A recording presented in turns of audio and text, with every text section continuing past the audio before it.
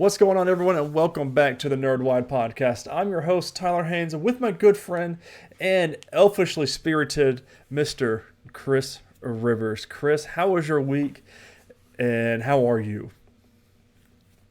Doing good, doing good. My ears are pointed underneath Yeah, the I just can't see because of the headphones.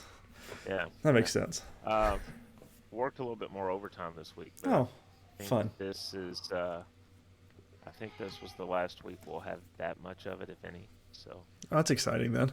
we've finally reached the end, I think. Oh, I can't wait. Just, what, two, Uh, three more weeks till Christmas? yeah, 2 or 3 more weeks till Christmas, and seems like I made it through the first rush I've had at this job. So Hmm. How do you that's feel? exciting. Exhausted. Yeah. I feel that. How, how's your week been? It's been fine. Not too big of a crazy week. I'm sitting here trying to think if anything exciting really happened. No, just a normal work week. Finally, nothing. Nobody was off, so I didn't have to do much more than usual, and it wasn't too bad. So I'm really excited for this week coming up because of the Game Awards. Because oh man, I can't wait. I'm just way too excited. It's my national once a Yeah, year holiday thing, and it's it's finally here. your gamer porn. Yeah, that's exactly what it is. Quick housekeeping before we jump into everything, ladies and gentlemen. Don't forget to subscribe to either our YouTube or podcasting service, whichever one you use of your choice. If you enjoy the show, make sure you leave us a thumbs up on YouTube or give us a good rating, whatever podcasting app you use. If you don't enjoy what you see or hear, let us know down in a comment how we can improve the show. It's just so we know we can improve it if you don't let us know what is wrong. If you want to do more, you can always go to patreon.com/nerdwide. 3 different tiers for 3 different monetary values that way. A lot of different goodies, of course, on the highest tier, but of course they stack. So whichever one you want to do, we appreciate it nonetheless. Chris, have you been watching anything good this week on TV? On the TV front, I only watched what we were planning to watch, and then I did get through the first 6 episodes of American Horror Story NYC.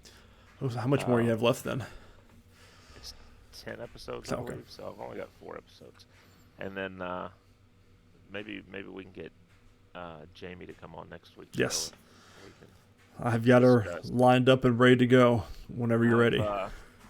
I've seen news stories. Of course, I haven't clicked on them, but I've Hmm. seen news stories of how the ending is still bothering some people, even Hmm. like a week or two after the finale. So, Interesting. I'll have to, uh, because I asked her how it ended, and that was last week, I think, and I've already forgotten. So yeah, shows you how much I was not really paying attention. but we'll see because I like where it's going. Mm. I'm just curious if they deliver. That's always the question: is all the build-up going to be um, worth the payoff? Yeah. Can you stick that Payoff going to be landing? worth the build-up, right? Mm. What have you been watching? So listen, I talked about it. I don't know if it was on air or if we talked about it just between us, but I started Chuck again, and I'm already on season 2. I love that show, man. It's just one of those feel good shows that I don't know. I love it. It's good seeing everyone in it. Like I think I'm 3 or 4 episodes in season 2, and of course I have 5 seasons. And again, I'm still thinking I don't remember how it ends, so I don't. I know I watched the ending. I know I Yeah, have at least twice, or at least once rather, but I cannot remember the ending of it. So I'm just gonna yeah. keep trudging along, and I should be done maybe by the end of this week or by next week. So One of my favorite parts of the show was always the reactions of Mark Christopher Lawrence. yes. He's so good as their boss. It's Hmm. just phenomenal. Uh, did you get a chance to pick up the Blu-rays, or are you just streaming it? So I'm just streaming on HBO Max. I looked for the Okay. Blu-rays because I want. I wish they did. I looked because I wanted to buy a box set, and I don't even think they're Blu-rays. I think they're all DVDs, if Really? I'm not mistaken. Because I wanted a Blu-ray and digital combo, like a lot of things Uh-huh. to do, like Smallville's done and things, just so I can have the box set and digital whenever I want, like if anything Right. ever happened. And I couldn't find digital anywhere unless you bought it through like a digital service. I'm like, I want to do the combo, but I couldn't find it. That upset me because I did that on Monday. I started watching like on Tuesday or something like that. Ugh. I know it was put out on Blu-ray, so Well, I'll keep an eye out. if you see it, let me know because I do want it for sure because I'm gonna put it somewhere on my shelf. I got my little nerd corner here stacked up with boxes. I still haven't got my ornaments out, but Jamie says we have to get a tree. We'll probably put it like right here or something. But Yeah. I'm like, we'll see. Okay. But Chris, we have been watching something good. I did not realize it was Titans season 4's part 1 finale. So they're doing a part 2. So we've only got 4 episodes left. I did not realize this week was the finale. So I guess we're not having to double up on Doom Patrol and Titans, which is okay. But it's really getting excited to watch them both at the same time, But we go to the reviewgeek.com, and of course, full on spoilers for Titans, the TV show on HBO Max. This is by Greg Wheeler on the reviewgeek.com. Episode 6 of Titans Season 4 starts with Rachel and Corey heading back to Star Labs. They contemplate just what to do about the current situation and given how they've now lost Sebastian, and that's not good news. However, Sebastian is actually in the process of transforming with Mother Mayhem, enticing him to drink from the well of blood, with a number of flashbacks to flesh out more of Sebastian's backstory and upbringing in the process. The Titans cling to a thin shred of hope, wanting to make sure the ritual hasn't begun yet. However, Connor is now a badass and now freshly shaven Baldy, determined to track down the cult himself. I'm going to stop there for this. That opening scene was really well done. They did a good job with it. And then with him now in his, I guess, the Lex Luthor style persona, I don't know if I like it. Like when he first walked into the room, I was like, there's something off and I don't know if I like it. Okay. The whole episode to me felt off. I don't know if it was directing wise, how it was shot wise, or acting wise, but it was something about this episode did not feel right. I don't know what it was, and I can't pinpoint it. And I told Jamie that. She's like, yeah, now that you say that, I'm thinking the same thing. I was like, I don't know what it was. I don't know if it was the cuts, the acting, or the directing. It just, something did not feel right about this episode, and the whole time it was the same way. I agree. I watched this and our next show after, like, right behind watching Spirited, the movie that we're doing this week. So I kind of attributed it to that, but hearing that you noticed it as well, there must have been something. I don't know who directed this episode. Maybe it's just a different director. Maybe it's one of the cast members. But it definitely felt different. I need to look into that because good. I'm glad that you felt the same way then. That's one heck of a way to give yourself a haircut, though. Yeah, that was nuts, and I liked it. And that was very cool. But he looks off to me. Like I was like, I don't know how I don't like this. And he did a great job. The actor did a phenomenal job acting like that badass, smart Lex Luthor style. Because I guess he's been doing the Superboy persona more than he has been his Lex Luthor style. But I don't know. It was definitely weird with him flipping a script like that, but man, that opening scene was fun. The others remind Connor they're not. Let's see. Connor's big idea includes finding and killing all of the cultists. The others remind Connor that they're not in the business of killing, but he's having none of it, seeing that is their best course of action. Although Mother Mayhem was not one to be trifled with, Connor's sudden heel turn is quite surprising given it's happened out of nowhere. See, Greg Wheeler here said the same thing. Came out of nowhere. Like, I don't know. As for Gar, despite turning back human again, his biology is still not right. He's still experiencing frightening visions. In fact, he's hearing voices in the hallway, specifically that of Connor, before he's actually said the words. He's also given some advice, too, in a further along scene with a character he just walks past. When the tower splits in half, go to the red. And I liked that scene a lot when he was outside like the restaurant. And like you could hear the lions, you could hear animals and stuff like that. So it's like his powers were kind of heightened. And I was like, interesting. I really, really liked Gar in this episode. He, the actor, I forget his name right now, but I felt like he does a great job. This is a good storyline episode for Gar specifically. Connor is turning more and more into Lex Luthor this episode, and we're told as much from some of the characters as well. He comes up with the idea of turning the LexCorp satellites and reflecting light onto the moon, preventing the Blood Moon ritual from going ahead. It may just be crazy to work, and sure enough, it is. Jinx also has an idea for busting Sebastian out of the cultist lair. She wants to attempt teleportation, and with the might of Star Labs behind them, they might be able to pull it off. Dick speaks to Connor and points out that this isn't the end. Connor is getting a bit cocky, and Dick confronts him about his new sudden attitude change. Connor calls them all useless and fractures the team, and even starts being rude to the employees at Star Labs as well. He figures out where Mother Mayhem and the cultists are hiding thanks to a hacking attempt on the mainframe, and heads out alone. Back at the lair, Mother Mayhem manages to convince Sebastian to drink from the well, with all these flashbacks working to contextualize just why this will make him become somebody rather than nobody. Unfortunately, this is unbeknownst to the Titans, who band together and work to stop Mother Mayhem and the others. However, Connor gets there first and walks right into a trap because, of course, he does. Mayhem goads him over how easy Luthor was to kill in the pair skirmish, eventually leading to Connor tied up and knocked out. As for the rest of the Titans, they figure out where Connor is being kept, but Corey points out to Dick that her visions are making her feel like this is a bad idea.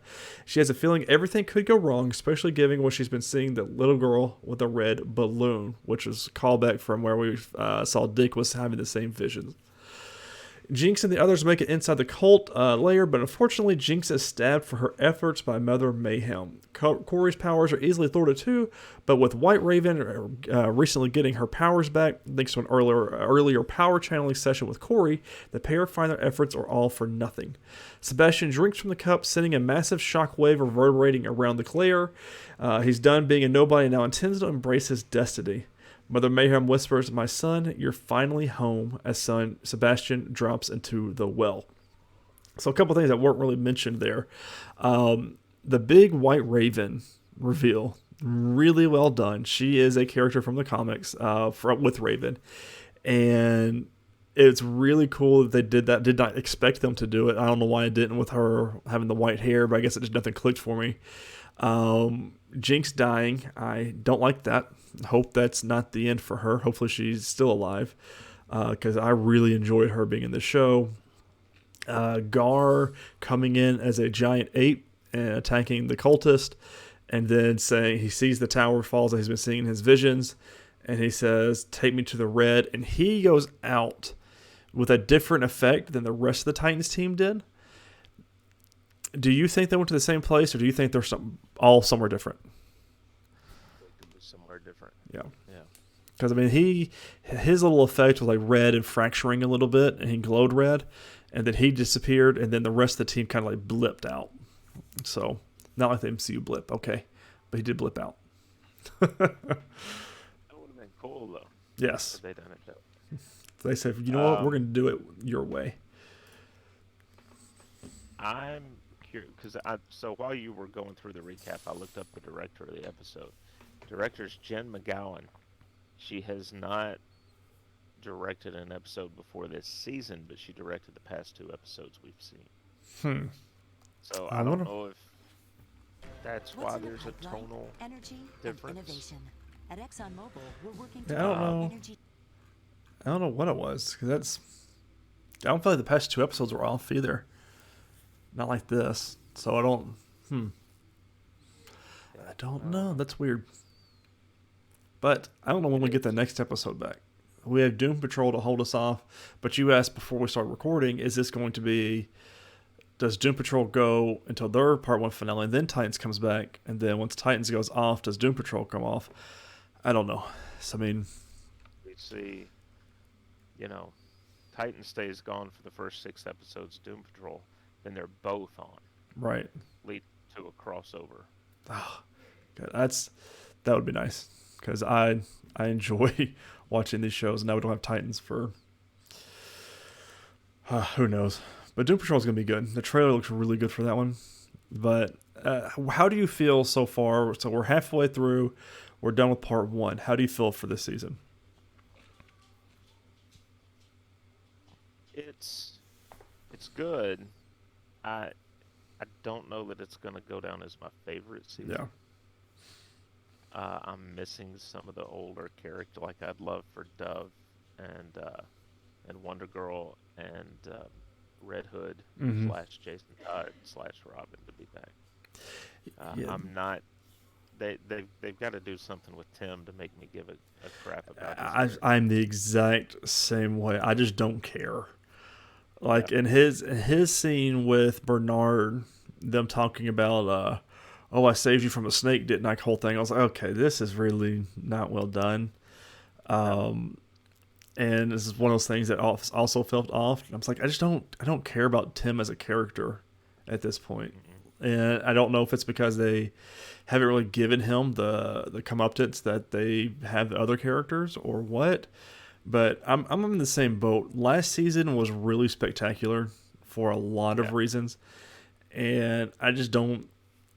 This season doesn't really have that magic that one did. No pun intended.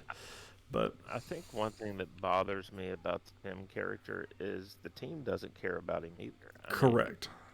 I know you've got this thing coming up with, Brother Blood and Mother Mayhem and all this, but that would be all the more reason to get him trained. And Dick is just not working with him at At all. all. Bernard can't train him. I Mm-mm. mean, he can get him some cool equipment. He You can can put him put in him through VR some. goggles all you want, but that's not. Yeah, And yeah, which Dick and should be training him because that's exactly what Dick does, and right, makes no sense yeah. to me. It just seems like they're like, all right, if you want to tag along, it kind of feels like they're like they're keeping him around for when they need to throw him to the wolves so that they Yeah, can get away, And it's I don't know. I'm not a fan, yeah. I mean, well, which sucks because I really wanted to be. right. When they introduced him, I was like, oh, this is cool. We're going with the the Tim Drake character, but no, it's Get introduced to all the Robins that are in the show, but apparently not. So, yeah, well, we'll see how part two plays out for season 4. But yeah, maybe I'm in the same boat. I'm just not. It's not last season to me. maybe since we have an older Batman, um, maybe this Tim character is a red herring, and the next Robin, the next person to actually put on the suit is going to be Damien. Damian Wayne. Oh, I want Damien in the show more than anything. Could you imagine Damien interacting with this team? Because that would be fun. Great. Yeah. So that was Titans Season 4, Part 1. Let's go on to something a little bit more cheerier. Santa Clauses, Episode 4. We're going to cheatsheet.com. This is a new one for us, and Julia Zerle is our author for this one. Let me get Fury out of here. He's been doing this lately. He has this whole shtick where he has to know where I'm at all times. It's really weird. But anyways, Carol is back to being Principal Newman, and Santa Simon transforms everything now into Christmas every day. Here is the recap for episode 4 of the Santa Clauses. The new Santa and Grace are adjusting to the North Pole life. Simon wants to assure the elves that everything is fine, but the red coat goes missing. Everything is obviously not fine. After a fire speech about company synergy, Simon tells Betty that about the coat. Unfortunately, that antique is not easily replaced, and she says they're behind production-wise. Meanwhile, Scott Calvin and his family are adjusting to regular life and struggling with their regular person coffee shop order. During family game night, Carol mentions the kids should enroll in high school. For Calvin, life in an American high school is everything he's dreamed of, especially when he bumps into a girl. The legendary Principal Newman also jumps into her old role, reuniting with old friends at a Memorial Day picnic. Cal even talks to this new girl, Riley. Meanwhile, Sandra saves a runaway horse at the picnic, making friends with the horse and with the horse riders in the process. Thought that was a very good scene. With the horse. Of course, the horse was talking. Well, yeah, I was scared. There was a bee. It's just those dumb jokes like that I love. After finally being shown the North Pole delivery system, Simon has a crazy look in his eye. He asks if they can deliver year-around, which of course they can. So he wants to make Christmas every day. Noel and Betty know this is a problem, but there's nothing they can do. With Carol accepting a new job, Cal with Riley, and Sandra with her horse friend, Scott feels a little useless. He flips through the mail and sees an Everything Now flyer. At the North Pole, they're busy with the Christmas Everyday pilot. The results are off the charts. They're going global starting in November. With 2 elves missing, Betty tells Santa that he's being reckless. This idea takes away what makes Christmas special, even if the holiday is on a decline. Unfortunately, she can only advise. It's Santa's decision at the end. Noel challenges Santa Simon to a duel and confronts him about excluding Grace from his new plans. That doesn't work, so he leaves Betty a note and leaves. Unfortunately, Simon finds the note first and rips it up. When Betty tells Simon more elves are missing, Simon blames it on her leadership and not him. When Noel visits Santa Scott, the two spend time together at Scott's new job delivering for Everything Now, which is just funny because it's obviously Amazon, and same colors and everything. I thought that was very funny that Santa Claus goes from being Santa to delivering things at Amazon. I thought that was a very funny little Easter egg kind of thing. It's not fast or festive, but Scott says it's important for Noel to return and let him live normally. After a snowball fight with some kids, Scott gets fired from his new job. Betty brings the Christmas spirit tracker to the new Santa while discussing the importance of the holiday. Elf Edie gets dusted Thanos style as head elf Betty declares Santa is removed from his position. Seconds later, Simon fires her. Betty visits the Wobbly Woods Witch for help. She has the coat and power to contact him. Scott Calvin then gets his hand on his shoulder just as he's about to spend Christmas with his family, and the credits roll. Okay, so that's obviously Saint Nick, right? I would think so. Because that's my guess, because time freezes, so I was like, okay, we're getting like a Sandman or Father Time or something like that. Or it could be Father Time, I guess. But the purposely had the back to the chimney, and that's where this character I'm assuming coming from. So I'm like, that must be the original Saint Nick. And they even mentioned earlier in the episode the original Saint Nick, because I talked about the coat belonging to him. So I'm like, Santa coat's made out of his robe. Yep. So I'm thinking that's where my head was like, I don't think they would just throw that randomly, but they might. I don't know. It's not MCU. They might. So it's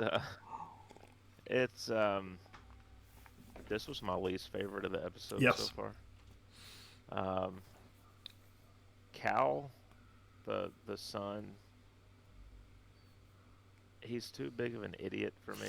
I just can't. Not believable, is it? That's just, like he keeps mentioning elves, and just freely talking about stuff that's North Pole related, and it's like, you would think that he would be a little bit more careful, a little bit more on guard. His sister is. But even she's let a couple things slip, like when the horse talked, she said, "What'd you say?" And the other girls there like, "Say what?" Right. Because no one had said anything. But that's a little bit more understandable. I don't know. I'm not a huge fan of that character right now, unless they develop him real quick over the final 2 episodes. Yeah, it is only 2 more episodes, isn't it? Got 2 more left. It very much seems like they're going to go back to just having Scott Calvin be Santa Claus. Right. Like this is going to help him rediscover the magic or something. Unless he does pass it to his son. Yeah. Or his daughter. Something. Maybe they do that. Maybe they do a gender swap on Right. Santa. And it's her instead of. Yeah. I could see that, because she's obviously. Well, we didn't get any powers from Calvin this episode either. Because every episode we've had like a little mention of his powers, but this one didn't have anything. Yeah. The elves blipping. That was nuts. I'm curious what's going on there. Is it something, maybe there's maybe subconsciously Scott is kind of like, I wish they weren't here talking right now, and so they're just disappearing. Yeah. As he subconsciously wishes them away. But he's, in one episode, he's gone from getting up that first morning and just excited to get started, and he's Santa Claus, and now by the end of the episode, he's like bad Santa. Yeah, he has a stand-up desk, and he's working, doesn't even care but his Grace is there or anything. I don't know. I'm curious to see the elves as well. Like, is it Christmas spirits too low, so they just start kind of blipping out of existence, or what? Like, hopefully they come back. Hopefully they're not just dead. I mean, Not to mention, right? The reindeer can't fly. right, because There's there's not enough magic. and he didn't even care. Like, he's not No. worried about it. I'm like, oh, that's rough. So I don't know. Yeah, I'm with you. This is the weakest episode so far. What worries me is this should have kind of been the launching pad episode for the final two. Mm-hmm. 'Cause they're only about, I think this was 33 minutes is what I saw on the Yeah. counter. So we've only got an hour and 6 minutes. Roughly. That sucks. Like, I mean, we're gonna have to have penultimate episodes next week. I mean, you're gonna have to want us more. I'm very curious about the hand on the shoulder, who that really is, but I don't know. I'm not believing that Simon is a good Santa yet. Obviously, he's not going to be, and we knew this is what he was going to do. But, yeah. So we'll see. 2 more episodes though. Yeah. He's not fat. Doesn't have gray hair. But Jamie says it's because he doesn't have the coat. He never put the coat on.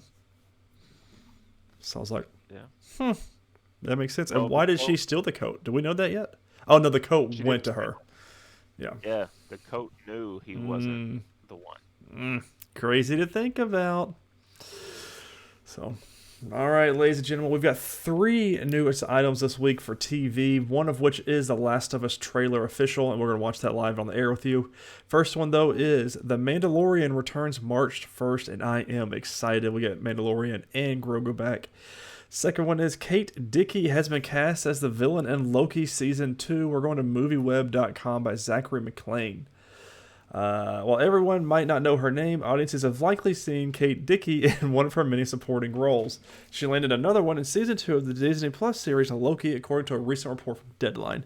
She was cast very quietly considering the upcoming season already completed filming over a month ago. That I did not know. Interesting.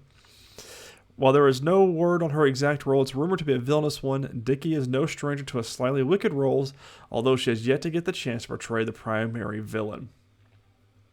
So, Something pre-show about it, and you mentioned her name as you were adding the note in, and I was like, I'm gonna look her up because I'm not sure if I know who that is. And then, yeah, So- we're aware of who she is. that's funny because that's the first sentence. While everyone might not know her name, audiences have likely seen her in one of her many supporting roles.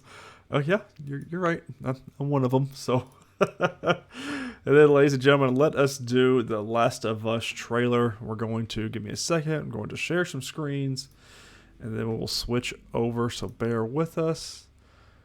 Bear with us. Bear with us. Go live. Chris, let me know when you have it on your end.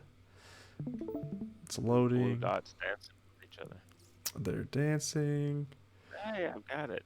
And I'm going to do boom. There we go. All right. And here we go. If you don't think there's hope for the world, why bother going on? You haven't seen the world, so you don't know. You keep going for family. I'm not family. No. You're cargo.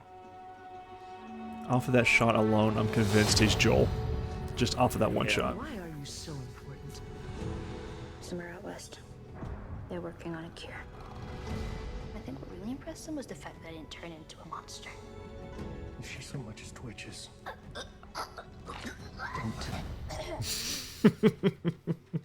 It's okay.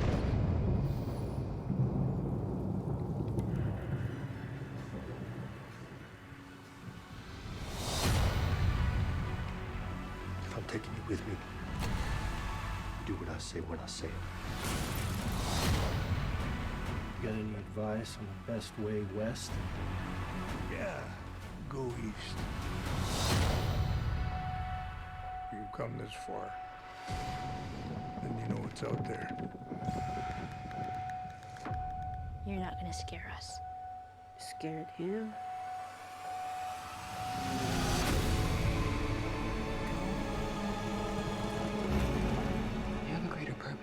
us could have ever imagined.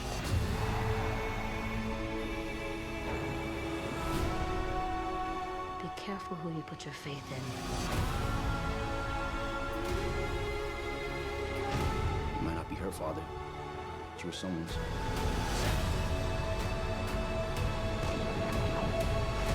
You trust me?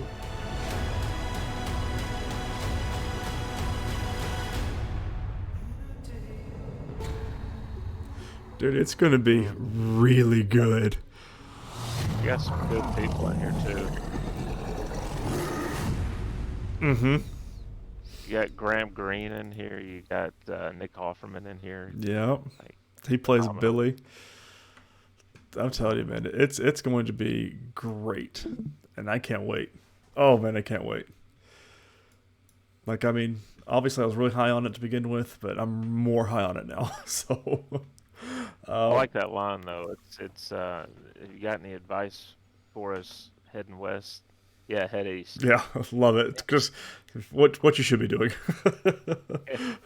Releases this week, Monday, December 5th, His Dark Materials on HBO Max. Wednesday, December 7th, Too Hot to Handle's new season on Netflix. Thursday, December 8th, Doom Patrol Season 4 on HBO Max. Friday, December 9th, Dragon Age Absolution on Netflix, which is, of course, a video game adaptation, and I will be checking it out, at least the first couple episodes, to see if it grabs me. But other than that, that's all I've got. Cool. We're gonna see if it grabs you. We'll see. We will Make see. Make it buy you dinner first, though. Right, of course. Wine and dine first. Yeah. On to movies. Have you watched anything? No, not this week. Yeah, I haven't had the chance. Just what we were supposed to watch. So, what we were supposed to watch was the new film on Apple Plus, Spirited, starring Will Ferrell and Ryan Reynolds. This is really new. Do you want to spoil it, or should we keep some stuff back? Let's keep some, like the ending for sure. We'll keep back. Yeah. Yeah. We'll do light spoilers for this one. All right. So basically, the gist of this is it's a musical comedy version of A Christmas Carol. That's to give you the basic plot. That's what this is. Will Ferrell plays the ghost of Christmas Present. Mm-hmm. The ghost of Christmas Future is voiced by Tracy Morgan. Hilarious. I instantly caught his voice on. Yeah, yeah. And the ghost of Christmas Past is played by Sunita Mani. And then we also have the physical representation of the ghost of Christmas Future is Lauren G. Woods, and he is tall. Let me tell you. Patrick Page is in this as Marley, and Octavia Spencer Killed it. Kimberly. Yeah, great role for her. A lot better than Thunder Force, I tell you that. I always forget about that movie. You tried, but I keep reminding you. God, that's horrible. Oh, But then, man. of course, Ryan Reynolds stars as Clint Briggs. Kimberly, Octavia Spencer, is his assistant slash research Researcher. I think in one of the scenes we get that she was officially offered the job of his executive vice president. Or Yeah. something, but she's not in her job capacity is different than that. Yeah. This is a really, really good movie. I went 4 stars. I went 5. You went 5. I went absolutely 4. loved it. So two things with this movie, on top of the fact that this is way better than Thunder Force for Octavia. This is probably my favorite Will Ferrell role. I've said before I'm not a fan of his when he carries a film because I feel like the shtick wears thin. Okay. With some of his movies, especially stuff like Old School and it doesn't mean I don't like the movie, but it's just it could be better without so much of the shtick. Here, it's different. Although when I first heard him singing, I was like, he's kind of like Patrick Mahomes. He almost sounds like Kermit the Frog. And and watching this, especially when they're doing the musical number for Good Afternoon, I'm watching Loved this it. film, and the thought just enters my head like Ryan Reynolds might be the greatest performer we have today. Yes. I mean, he's nailing it. Even the stuff that we've watched of his where the movie itself hasn't been great, he's had great performances. And I remember back in the day when Van Wilder came out, I would not have guessed that he was going to go on to the career that he's gone on to. Absolutely fantastic. We get a behind-the-scenes working. Jacob Marley, who in the original Christmas Story is Ebenezer Scrooge's former business partner, who has, for his own misdeeds, been forced to carry his cash boxes and chains around for eternity. He kind of runs this entire program. They pick one person a year to try and redeem. And Will Ferrell's Ghost of Christmas Present was eligible to retire, we find out, from his role for 46 seasons ago. Right. He just keeps doing it. He keeps doing it, and they really want him to retire. Or HR really wants him to retire. But the HR, this whole movie was hilarious. Are you texting HR? Mm-mm. But they go out for their next individual. They're scouting for their next year's project, or perp. They call them perps.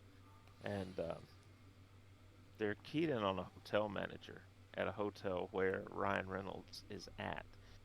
And when Will Ferrell sees Ryan Reynolds again playing Clint Briggs, he's like, we need to get him. So they look into him and deem him unredeemable. Just only happened once in the history of this whole program. Yeah. In the history of the entire thing, only one unredeemable has ever been redeemed. Mm-hmm. And I don't. Do you want to mention who? Nah, we'll leave that one for, because it was a nice little deep fake cameo kind of thing. Yeah. Which I really enjoyed. We'll leave that one be. Yeah. So what happened was Will Ferrell as Christmas Present gets his way.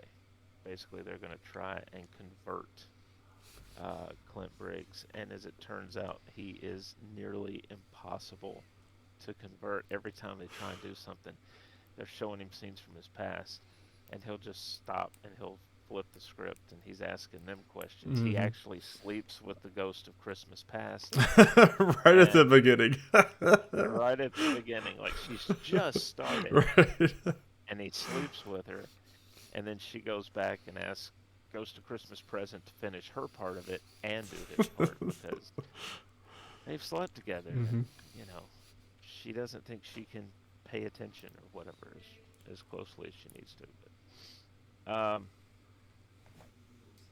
so we get that progression through the stories. We see Clint's family history. We see his growing up. His mom is not a very good parent at all. It's a genius, though. Very genius idea for the puppy.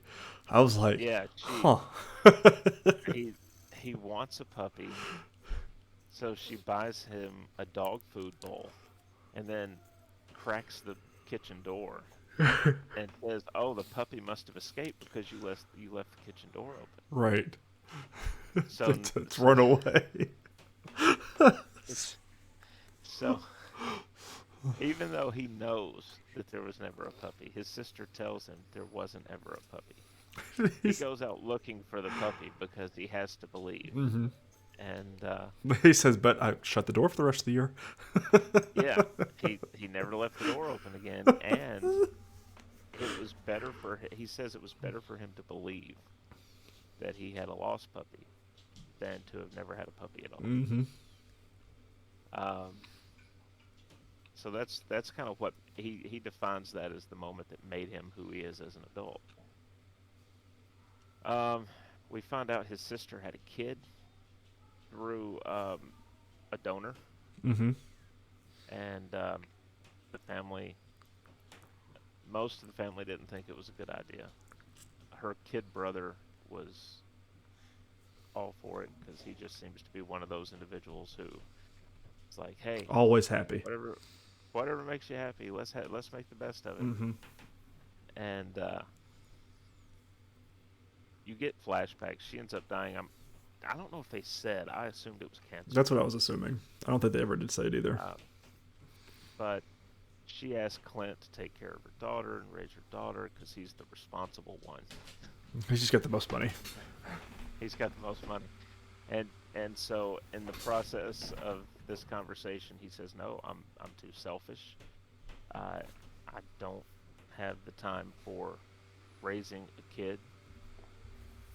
I'm not doing this." And she begs him basically on her deathbed, please do it. And when their kid brother shows up, he basically says, "Hey, she's got something that she wants to ask you." It just leaves. Keep an open mind about it, and leaves. And so he pays for everything, Right. but he lets his kid brother raise their niece. His niece is running for school president, and this happens early in the movie. And he has Kimberly do opposition research on her opponent. God, And they find that, this whole storyline was rough. yeah, they find that the kid posted a video 2 years before when he was in 6th grade. 11 about how years he didn't old. He didn't like serving food to the homeless at the shelter. He said they're gross. And so then he shares a picture in present day serving food to the homeless. And it's Will Wren, I think is her name. Yep, right? Red. The niece. Will she share this video that they've dug up that he had since deleted? And in the process of being with the Ghost of Christmas Present, Clint sees the ramifications of what will happen. Brutal. Yeah. Actually, I think he's with the Ghost of Christmas Future at that point.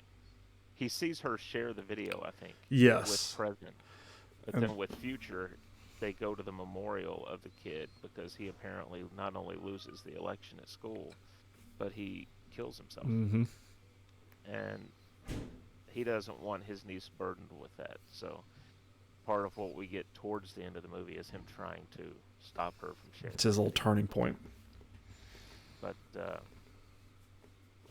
yeah, I don't know how much more we can talk about. Because that's about it. and it's without getting into some of the spoilers, which are really some cool plot points. But it's the Dickens story, so you know that there's going to be some semblance of change. So, put it that way. But I thought it was great. It was great performances. The musical numbers were. I loved them. Most of them were I've even listened to some of them again today, just because I can't get Really? them out. The Good Afternoon song I cannot get out of my head, like at all. And of course they're all up on Spotify. You can listen to it in a playlist. And that was fun. Like the choreography was a lot of fun. The story was great. I don't know if it's like a classic Christmas movie I'm going to watch every year. But it's a good movie. It's going to be one of my top rated movies of the year for sure, though. Because I really enjoyed it, and I was stuck glued to the movie the whole time. So yeah, it's not one that you want to get up, get something to drink, or just scroll on your phone for a little bit or something. Right. Yeah, it definitely holds your attention. But I gave it 4. You gave it 5. Yeah, I loved it. Yeah. I just think for me it was. I think probably what had me count it down was ultimately it is a Christmas story, Right. or a Christmas Carol all over again.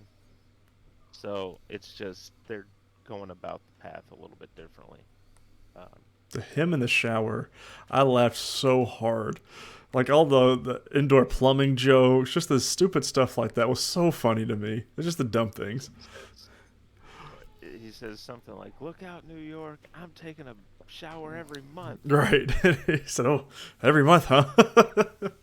Because I don't want to waste all the water. Like, okay. Yeah. But yeah, I would definitely recommend this. I know this is going to be blasphemous to some people, but as far as a Christmas-themed Will Ferrell movie, I think this is slightly ahead of Elf. Ooh. Ooh. Some bold words there, Cotton. Let's see how that plays out. And we do get a Buddy the Elf reference. Yes. As well. Which I thought was hilarious. Yeah. You look ridiculous. Ugh. Oh, man. Yeah. All right. So 4 for me, 5 for you. You got anything else you want to say about No, it? I loved it. And I'm going to be listening to Good Afternoon all week long, just letting you know. You could listen to, I don't know if you've ever seen Singing in the Rain, Mm-mm. the old MGM musical. There's a song in it that's pretty popular from back then called Good Morning, Good Morning. So you could listen to Good Morning, Good Morning. And then Good Afternoon. I think the funniest part of the whole movie was at the end of the Good Afternoon song. He says, "You could kiss me in the Dickens." And he said, "Whoa, you can't say that." It was all like Charles Dickens. He says, "Yeah, but there's a baby right there." Right. A stroller. It's so good. It's so good. Oh, He's man. more offended by them telling her good afternoon. Right. Yeah. Oh, man. All right, our review for next week. We couldn't believe we had not covered this one yet in a prior Christmas Vacation. I'm so excited. It's going to be good. Have you seen this one? Yeah, we watch it every year. This is one of our yearly must-watches, along with Christmas Chronicles, which we still need to watch. But Yeah. Yeah, they didn't make a new one of those this year. So. Maybe next year. All right. Yeah, maybe next year. Notable news, Blue Beetle is still coming out, and it will release August the 18th, 2023, per a post from James Gunn. There's a whole movie poster and everything. It looked really good. So, Yeah. but I'm like, oh, we're still committed to it. All right. I like it. I'm here for it. Now, that doesn't mean they'll keep it as canon, but It's true. That's very true. we're at least gonna get to see the movie. Yes. We're not scrapping it. Unlike Batgirl, but, you know. The Flash, Aquaman. Well, we they don't can know about any of bury that yet. that one if they want Yeah, to. please do. I do. Next up, Indiana Jones and the Dial of Destiny premieres in theaters June 30th, 2023. And Tyler, if you'll hit a couple buttons there, we have the trailer. We sure do. Do that right there. Do this right here. Go live there. Press this button here. Press that button on the Steam. Yeah, we looky there. Do you have eyes on? Let's see here. It didn't pop right up for me. I'll activate it there though. Here we go. All right. And here we go. I haven't seen this one yet either. I miss the desert.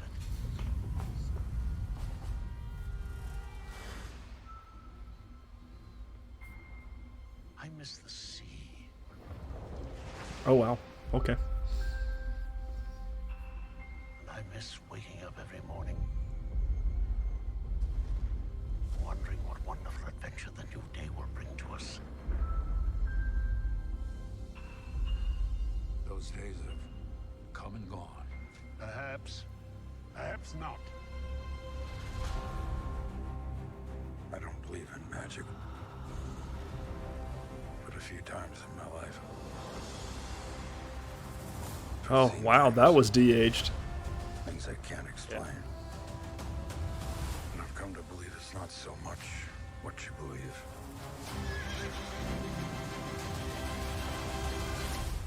It's how hard you believe it.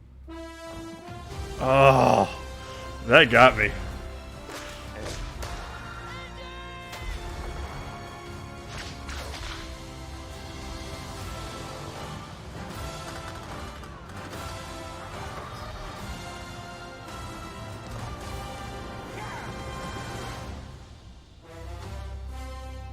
That's gonna be a good movie. Yeah, it is. I'm her godfather. Oh, Get back.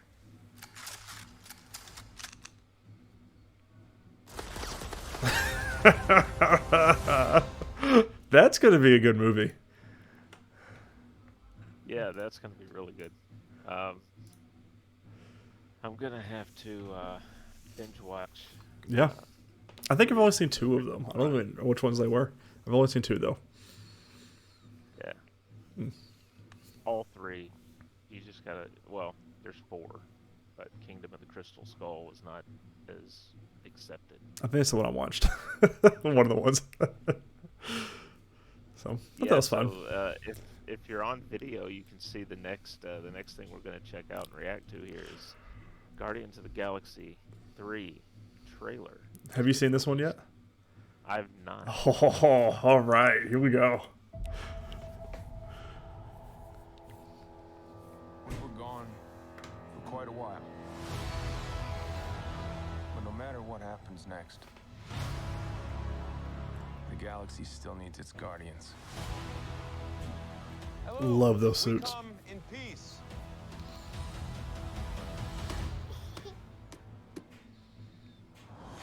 Come on, Drax. Seriously, dude? No, no.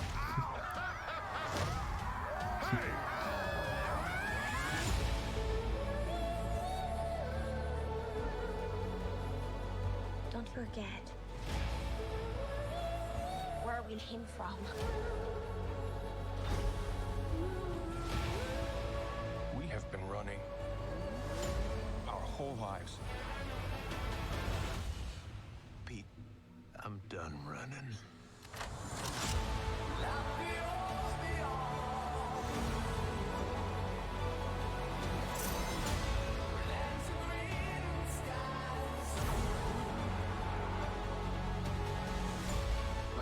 We'll all fly away together. One last time. Into the forever. That beautiful sky.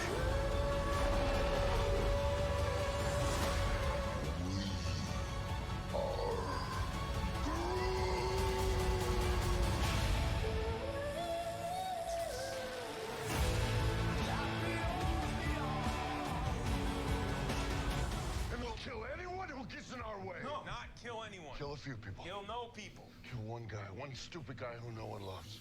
Now you're just making it sad. So we're getting Adam Warlock. Yep. That was Clearly put that one in there. yeah. 100%. So that's cool. Mhm. That's a really good trailer too, though. Gets you Mhm. hyped for it. So I can't wait for it. Yeah. It's gonna be good. yeah, definitely. All right. New this week in theaters, we have Guillermo del Toro's Pinocchio. Well, actually, it's on Netflix, December the 9th.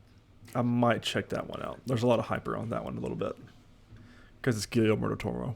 So Yeah. we will see. Now, Chris, On to games. have you been playing anything fun this week? I did not even get to pick up God of War this week. Chris, let me tell you. So that I started off the week with Assassin's Creed Valhalla. I figured out I was close to the end of God of War Ragnarok, so I was like, I'm gonna wait till I can play it all in one sit through and get through it. So I'll wait till this weekend to play it, and we'll talk about that in a second. Assassin's Creed Valhalla dropped the last chapter a week early. It was supposed to come out Wednesday of this week coming up, but I don't know if it was on purpose, they glitched, or what happened. They released the last chapter on Wednesday, and of course I played it. So somebody got fired. I don't know. I think it was on purpose, just because I don't know if there was something coming out or something they were announcing. But I played it, and man, it got me in the feels a little bit. Yeah. maybe 30 minutes long, if that. Yeah, I mean that's one thing with especially a game like that you've played for what, maybe 140 hours. Yeah, I mean you know those characters so well by that point that you're just invested, and yeah, hopefully I can finish that game at some point. Yeah, it's good. They're with Mirage coming out because you play as one of the characters. I don't want to ruin it. And they did a little mission that connects it to Mirage and Valhalla. Like the mentor for Mirage, you do a mission with in Valhalla, and you get a cool little assassin's outfit out when you're done. And of course, this was free. Again, all maybe 30 minutes. Some people said it takes 2 hours. I was like, how? I mean, there was no way it took anything over 30 minutes, even if you listened to all the dialogue, which I did. So yeah. I have no idea, but very good. I teared up a little bit at the end just because it's over, and I don't feel like we've done a story like that where it kind of wraps it up and says, okay, we're done with this character. This character's done now. But at least with Assassin's Creed. But that brings me to God of War Ragnarok. This is my review. Put it on the record. This is my favorite game of all time. There is no beating it. And I put it on Twitter. I have not had a type of media, TV, movie, video game, ever, music, hit me with so many emotions at once, like the end of this game did. And even to the point, I bawled for 10, 15 minutes at the end. I don't know why. It just did hit me real great. Even to the point last night, I rewatched it on YouTube and showed Jamie the ending of it. She of course did not know anything of what was going on. But man, they stuck the landing with this game. And I think I like it better than the first one.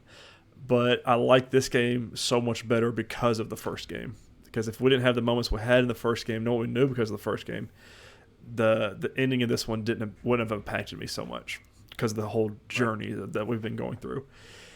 And man, to me, this is the perfect video game and what I want from every game here on out. Whereas Horizon Zero Dawn, still my second or number 3 favorite video game. But Forbidden West didn't connect me to those characters as much as God of War Ragnarok did. And it just is blown away. I'm still playing it now, clearing up all the side missions because I am going to platinum it, and there are still some story beats I want to hit. There is some people call it a secret ending, but I think it's just like an epilogue ending. It's just a short little mission you have to do. But I am thoroughly enjoying it. I have enjoyed every single second I've spent with this game, and I can't wait to play more. And I'm curious to see where they go next. Because, they could do another one. They could stop here if they wanted to. But we will see. But, man, it's a perfect video game. This is not really related to the game itself. But it's come out that Christopher Judge wants to play Kratos. Yes. In live action. If they... Because obviously he does mocap for this. I have not seen him... Personally, I've not seen him do any acting gigs other than voice acting. Right. But to me, if he auditions for it and his acting, which I'm sure it will be up to par with what they're wanting, there could be no other actor for me. Just period, because his voice is iconic. Anytime you hear any of his lines, it's him. And it's not a whole Troy Baker with Joel and Pedro Pascal thing, because it just sounds like another generic Southern white guy. But I'm just being honest. But for this game with Christopher Judge, he is Kratos to me, and I would be severely disappointed if he was not Kratos. But like I said, he has to have that acting chops, which I think he does. There's no way, because he mocaps everything. So, but, oh man, this is a phenomenal game. And if anybody asked me what I would recommend to people, it would be the God of War 2018 and God of War Ragnarok, because this is what I would show to people to get them into video games, because there is no better story writing. And that goes to the creative director, that goes to the game director, that goes to all the narrative team, all the visual effect teams. It's beautiful. Absolutely beautiful. So we're hearing you reinforce your predictions then for the Game Awards. Yeah, no, this is, it should win. Personally, this should win. Yes, and I hate that, but to me it is the perfect game, and I don't know if there will ever be a game or anything that hits me as hard as that did. Just like I was like the ending cinematic was playing out, just full on tears the whole time, like just in there, just trying to control myself, and it's not like it was sad tears or anything. It was, I don't know how to describe it. It was just beautiful, and oh man, I can't wait to see more discussions on this and to listen to more discussions about this game, to see if it affected people like it does me. And oh god, it was beautiful, and I can't praise it enough. So cool. Excellent game. I only have one really news items this week for games. PlayStation Plus free games for December are Mass Effect, the Andromeda, the Legendary Edition for PlayStation 4, Biomutant for PS5 and PS4, and Divine Knockout for PlayStation 5 and PlayStation 4. Of course, if you have not played Mass Effect, this is the perfect time to do so. Biomutant I'll download, but I won't play for a while. I didn't get a lot of praise. And Divine Knockout, it's a day one release on PlayStation Plus. I'm curious to see what that one is like. But yeah, I have to look that up and see what the synopsis of that is. Yeah, it looks cool. It's a little toony, like a probably knockout brawler type game, but I'm curious to see what it is. I hadn't heard anything about it. And then the Game Awards start this week at 7:30 Eastern Standard Time, 6:30 for all you cool Central people like us. And listen, it's going to be shorter this year. A lot of game reveals. I am curious because they had the hype trailer come out today, and there is the Flash from Injustice in it. So I'm curious if we're getting Injustice 3 premiere this year, because NetherRealm Studios hasn't. They've said Mortal Kombat, was it 12? I think it's 12, is not anywhere close to being ready. But we haven't had an Injustice game in several years. I know it's not really highly sought after in the fighting community, but as someone who loves the Injustice games, I am really excited. And I hope that's what I saw, because I'm pretty sure it's the Flash. But I'm going to rewatch it again. But I'm like, is that like a tease? Because he only puts things in there that are up for awards or kind of like cameo kind of stuff like that. But not the Flash is... That style of the Flash has not been in anything else. I'm curious to see what happens with it. But I can't wait. Thursday. No more new releases this week. Back for Blood's DLC, River of Blood, for everything but the Switch, December 6th. Firefighting Simulator, thought that you would enjoy this. Comes out for everything except for the Switch, December 6th. And Hello Neighbor 2 for everything except the Switch on December 6th as well. I don't know if we'll get any shadow drops for Thursday night. I doubt it. But make sure you pay attention, and we will have all the news and awards next week when we do the show. Oh man, I can't wait. Love it. But ladies and gentlemen, thank you all for watching and listening to this episode of the Nerdwide Podcast. We hope you really enjoyed it as much as we did. Don't forget to share on all your favorite social media platforms, and forget to rate and review us on whatever podcasting service you use. On social media, on Twitter, you can follow the Nerdwide account at nerd_wide. You can follow me personally at Ty_Haynes, or you can follow Chris at MavTN7. Facebook.com, search in Nerdwide on the search bar, or Nerdwide.com, whichever one pops, where the first thing that pops up. Follow us there and follow us on Twitter. Those are the first ways you know if we go have a new episode pop up, or if you're not subscribed to us.